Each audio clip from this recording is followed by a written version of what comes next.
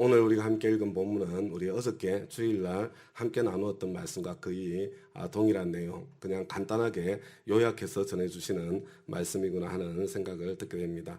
일의 첫날 새벽 이렇게 되어 있는데 참 성경의 첫날이라고 되어 있는 것은 안식일이 지나고 난 뒤에 첫날을 이야기하는 겁니다. 참 유대의 안식일은 토요일이고요. 안식 후 첫날이니까 일요일이 되는 거죠. 우리 기독교가 일요일 날 예배를 드리는 이유가 바로 예수님께서 부활하신 날이 일요일이기 때문에 예수님의 부활을 기억하면서 우리가 주일에 예배를 드린다는 것, 기독교 신앙은 부활의 기초 위에 세워졌다는 것을 우리가 주일에 모일 때마다 다시 기억한다는 것, 그것을 잊지 않았으면 좋겠습니다. 부활은 기쁨의 날이고 승리의 날이고 잔치의 날입니다. 그래서 우리의 모든 주일은 그와 같은 승리의 날, 우리 부활의 날, 잔치의 날로 우리가 기쁨이 넘치는 그런 주일로 저와 여러분의 주일을 늘 지킬 수 있게 되기를 바랍니다. 그런데 예수님께서 주일 새벽에 이렇게 부활하신 뒤에 맨 처음으로 막달라 마리아에게 나타나셨어요. 왜 그렇게 하셨습니까? 사실은 막달라 마리아가 주님을 사랑했기 때문에 그렇습니다. 예수님께서 이전에 그런 말씀을 하지 않았습니까? 적게 사함받은 사람은 적게 사랑하고 많이 사함받은 사람은 많이 사랑한다. 바로 그 여인이 이 막달라 마리아입니다. 막달라 마리아는 자기가 누구인지를 알았고 예수님께서 자기의 어떠함에도 불구하고 자신을 얼마나 사랑해 주시는지 그 용서해 주셨던 그 주님의 품어주시고 받아주셨던 그 주님의 사랑을 깊이 누렸기 때문에 참 예수님 이제 세상 떠나셔서 부활의 소망 때문에 찾아갔던 게 아니었어요. 예수님으로부터 받을 수 있는 것 아무것도 없는, 오히려 예수님 가까이 하면 손해를 볼 것 같은 그런 상황 속에서도 예수님의 무덤을 찾아갔고 빈 무덤을 보고서도 전 그 자리를 떠나지 못하고 거기에 머물러 서서 울고 기다렸던 막달라 마리아였기 때문에 예수님께서 이 마리아에게 처음 나타나셔서 당신을 보여주시고 부활의 첫 증인으로 삼아주신 것을 기억했으면 좋겠습니다. 저와 여러분 좀 믿음은 좀 의리가 있어야 되는 것 같아요. 그런 것 같지 않습니까? 다른 거 좀 부족해도 우리 주님께 의리 있는 사람으로, 때로 복음 때문에 좀 손해보고 좀 힘든 일이 생긴다고 하더라도 나 때문에 나를 위해서 참 욕을 먹고 너희들을 뭐 이렇게 참 때리고 그러면 복이 있다고 말씀하셨잖아요. 기뻐하고 즐거워하라고 주님께서 말씀해 주지 않으셨습니까? 언제 우리 주님 때문에 욕 한번 먹어보고, 언제 주님 때문에 뺨 한번 맞아보고, 언제 주님 때문에 밥 한번 굶어보겠어요? 만약에 주님 때문에 그런 일이 찾아온다면 그것은 특권 중에 특권입니다. 그때 예수님 살아계시다고 하면서 이게 뭡니까? 그거는요, 부활신앙을 선물로 받지 못한 사람들이 하는 이야기고, 내가 부활신앙을 선물로 받았다면 그런 일이 찾아왔을 때, 주님, 저 같은 사람에게 이런 기회를 주십니까? 우리 그렇게 주님 앞에 고백하면서 이 상황 속에서 내가 부활신앙이 무엇인지 그것을 한번 보여주겠습니다. 이게 신앙의 야성이잖아요. 저와 여러분 그런 사람들로 하나님 앞에 서 있었으면 좋겠습니다. 이 막달라 마리아가 부활하신 예수님을 만나고 난 뒤에 이제 예수와 함께 지내던 사람들이 슬퍼하며 울고 있는 곳으로 가서 이렇게 되어 있습니다. 참 두려움에 떨면서 그냥 슬퍼하며 우는 것이 전부였던 그런 제자들의 모습을 보게 됐죠. 참 빈 무덤의 소식을 전했을 때 그때도 슬퍼하며 울고 있었을는지 잘 모르겠어요. 이 제자들이요. 그런데 참 예수님의 시신까지 없어졌다. 그 소식을 먼저 들었거든요. 부활의 소식을 듣기 전에 아마 슬퍼하며 울었을 수 있을 것 같습니다. 그들에게 다시 그냥 무덤이 열려 있고 예수님의 시체가 없어진 정도가 아니라 예수님 부활하셨어요. 내가 부활하신 예수님을 만났다니까.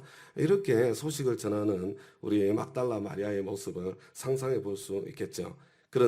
그러나 그들은 예수가 살아계시다는 것, 마리아가 예수를 목격했다는 말을 듣고서도 믿지 않았다. 첫 번째 이유는 어쩌면 막달라 마리아가 좀 믿을 수 없는 증인이었을 가능성이 있을 수 있을 것 같아요. 그렇죠? 예수님은 막달라 마리아를 끝까지 믿어주셨는데 주위의 사람들은 그렇지 않을 수도 있는 거 아니에요? 원래 메시지는 메신저가 어떠한 존재인가 따라서 메시지의 무게가 달라지는 거잖아요. 그런데 귀신 들렸던 여자, 아니면 뭐 창녀였던 여자, 그러니까 이 허약한 여자, 그러니까 뭐 예수님에 대한 그런 마음 때문에 헛것을 본 것 아닌가 이런 생각을 하면서 막달라 마리아의 말을 믿지 않았을 수 있습니다. 그러나 그보다 더 중요한 것은 이 부활이라는 것은 정말로 믿기 힘든 하나님의 특별한 은총이 없이는 믿을 수 없는 사건이기 때문에 아마 믿지 못했던 것이 아닌가 이렇게 생각이 되어집니다. 그리고 이제 엠마오로 가는 두 제자의 사건을 딱 두 줄로 저와 여러분에게 요약해 주고 있죠. 여기 보니까 이렇게 되어 있습니다. 이 시골로 내려가는 엠마오로 내려가던 두 제자에게 예수께서는 다른 모습으로 그들에게 나타나셨다. 이렇게 말씀하시잖아요. 여러분, 우리 지금도 부활하신 주님께서는 저와 여러분을 찾아와서 만나주시는 주님이세요. 그런데 다른 모습으로, 다양한 모습으로 찾아오실 때가 많이 있습니다.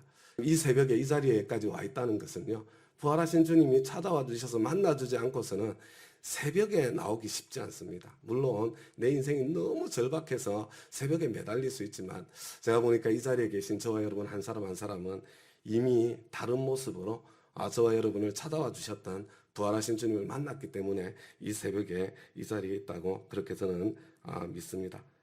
그들은 다른 제자들에게 되돌아가서 알렸다. 그런데 제자들은 그들의 말도 믿지 않았다. 이 엠마오 두 제자는 좀 믿을만 하잖아요. 그렇지 않습니까? 근데 그래도 믿지 않았습니다. 참 부활은 정말로 믿기 힘들고 어려운 것입니다. 여러분 제자들도 빈 무덤 보고 그 다음에 또 이렇게 목격자들이 증언하는데도 불구하고 믿지 못했어요. 그러니까 이 부활에 대한 믿음을 갖지 못하는 그런 사람들이 이상한 사람들이 아니라 평범한 보통 사람들이다 이렇게 생각하시면 되고요. 나는 부활 신앙을 가지고 있다. 이건 아주 특별한 일입니다. 특별한 은총 가운데 있다는 것을 잊지 마십시다. 그 뒤에 11 제자가 음식을 먹을 때 예수님께서 또 그들을 찾아가신 거죠. 끝까지 믿지 못하는 그들을 찾아가시는 겁니다. 은총의 선물 허락하시는 그런 과정이죠. 그들이 믿음이 없고 마음이 부딪힌 것을 꾸짖으셨다. 이런 꾸짖는다는 말도 있잖아요. 야, 니네들 이것밖에 안 되냐? 어떻게 그럴 수가 있냐? 이렇게 막 신경질 내면서 꾸짖을 수도 있지만요.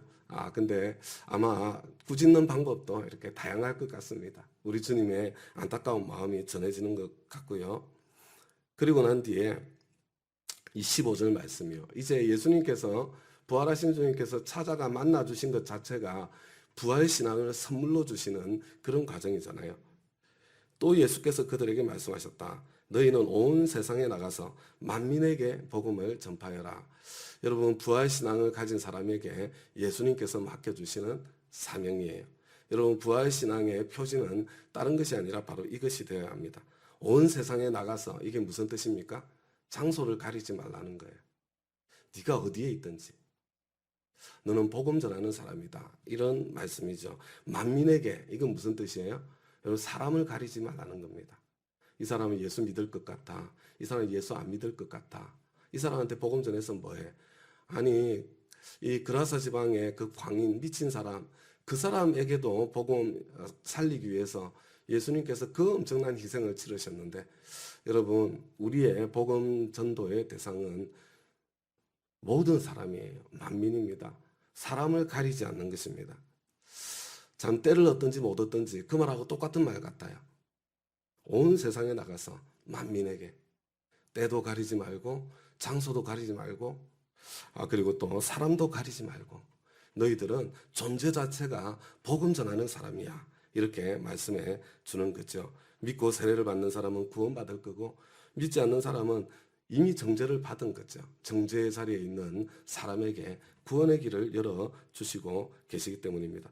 그리고 난 뒤에 17절, 18절 이렇게 말씀하세요. 믿는 사람들에게는 이런 표징들이 따를 터인데 곧 그들은 내 이름으로 귀신을 쫓아내며 새 방언으로 말하며 손으로 뱀을 집어들며 독약을 마실지라도 절대로 해를 입지 않으며 아픈 사람들에게 손을 얹으면 나을 것이다.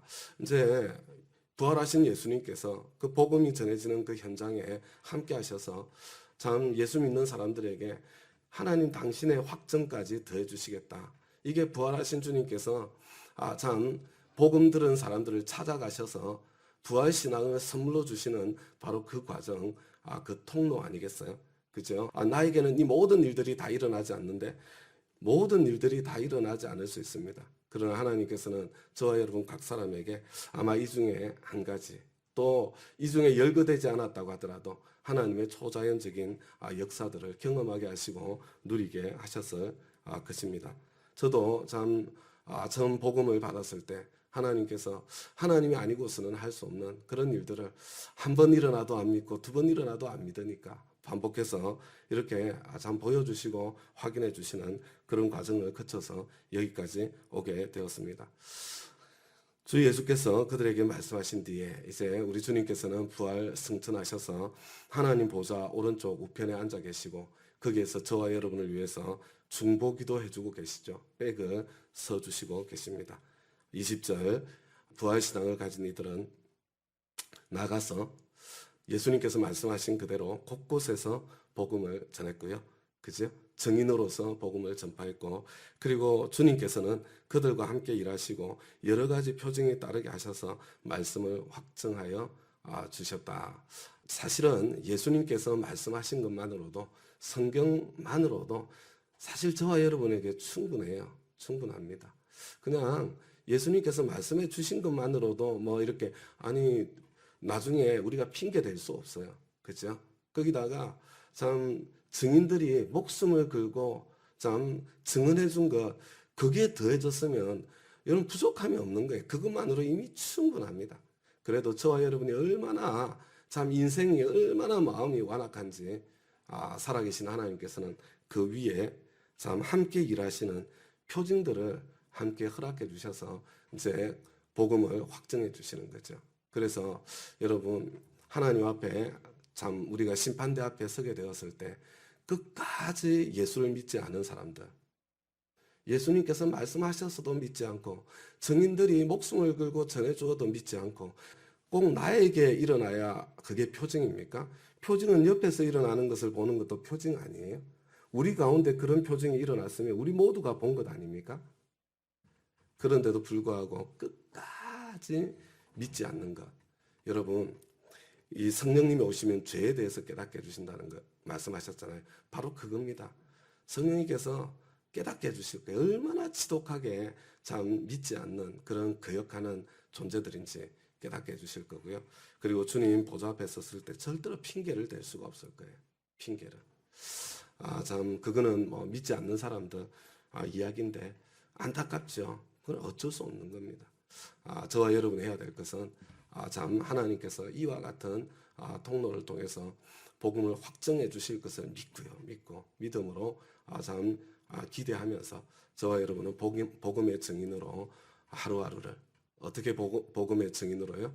때를 어떤지 못 어떤지 시간 가리지 않고 장소를 가리지 않고 대상을 가리지 않고 그렇게 우리 복음 나누는 그런 저와 여러분 다 될 수 있기를, 부활의 증인으로 살 수 있기를 우리 주님의 이름으로 축복합니다. 오늘 한번 생각해 보세요. 내가 특별히 내가 가리고 있는 사람은 없는가? 하나님께서 정말 오랫동안 내 주위에 머물게 해주셨는데 이 사람은 안 돼. 이 사람에게 어떻게 복음을 전해? 혹시 그런 대상은 없었어요? 오늘 새벽에 주님 제가 그러고 있는 사람 없나요? 수희 아저씨 생각나더라고요. 참 진짜 매일 보는 사람은 참 전하기 힘들어요. 그죠? 매일 보는 사람 친절은 베풀고 있지만 참 쉽지 않은 줄 알고 있습니다. 쉽지 않지만 우리 함께 기도하면서 하나님 어떻게 복음 전할까요? 복음 전할 기회를 주세요. 우리 이렇게 기도하고 노력하다 보면 하나님께서 또 그런 기회를 주실 것 같습니다. 여하튼 아무도 우리 복음 전파의 대상에서 제외시키지 않을 수 있기를 부탁을 드립니다. 그리고 또 우리 가장 가까이 있는 가족들 우리 또 기억하면서 기도로 심고 삶으로 보여주고 우리 주님 앞으로 함께 이끌 수 있기를 바랍니다. 우리 다 같이 말씀의 응답에서 한번 기도하고요. 개인 기도 시간 갖도록 하겠습니다. 하나님 아버지, 참 부활이 얼마나 믿기 어려운지 참 제자들조차도 부활하신 주님 당신께서 직접 나타나시기 전에는 도무지 믿지 못했던 아버지 하나님 그 모습을 보게 됩니다. 하물며 저희들이야 오죽하겠습니까? 저희들에게는 부활하신 주님께서 찾아와 주셔서 부활 신앙을 가지고 이 새벽에도 주님 앞에 나와서 주님을 바라고 있지만 주님, 우리가 복음 전하려고 하는 아직 예수님 믿지 않는 우리 가족, 우리 친지, 주님, 또 가까이 지내는 직장 동료, 그리고 동네 이웃들, 그리고 하나님께서 만나게 해주시는 사람들, 때로는 이들이 정말로 부활하신 예수를 믿을까 하는 두려운 마음조차 저희들에게 밀려옵니다.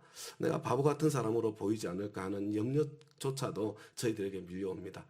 그러나 주님께서는 약속하신 그대로 부활하신 주님께서 나를 만나 주셨던 것처럼 그들도 찾아가 만나 주실 것을 저희들이 믿습니다. 그 믿음으로 저희들은 때를 가리지 말게 하시고, 저희들은 장소를 가리지 말게 하시고, 저희들은 대상을 가리지 말게 하시고, 주님께서 저희들에게 맡겨주신 그 복음 전하는 그 저희들의 책임을 다할 수 있도록 하나님께서 은혜를 베풀어 주시기를 간절히 구하고 소원합니다.